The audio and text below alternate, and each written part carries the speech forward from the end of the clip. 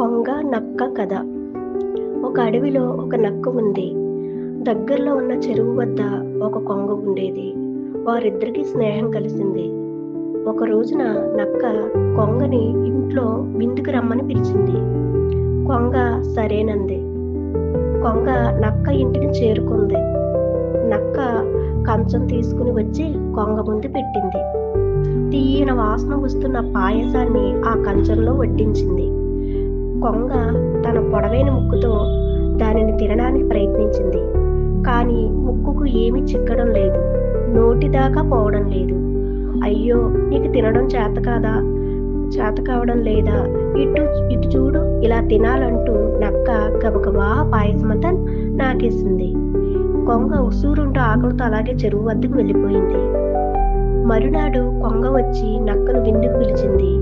నక్క చక్కగా ముస్తాబై వచ్చింది. నక్కను కూర్చోబెట్టి ముందుగా ముక్కాలి పీట వేసి దానిపై చేపల పులుసు ఉన్న సన్నని పొడవైన కూజను ఉంచింది.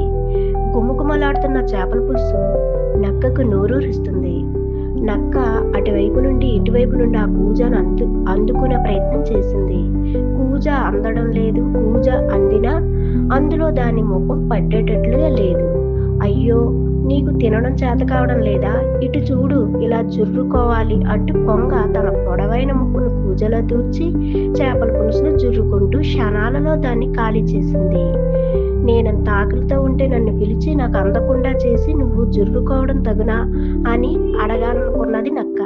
నువ్వు నేర్చిన విద్యే అని కొంగ జవాబిస్తుందని తెలిసి నక్క నోరు మెదపకుండా ఇంటి దారి పట్టింది.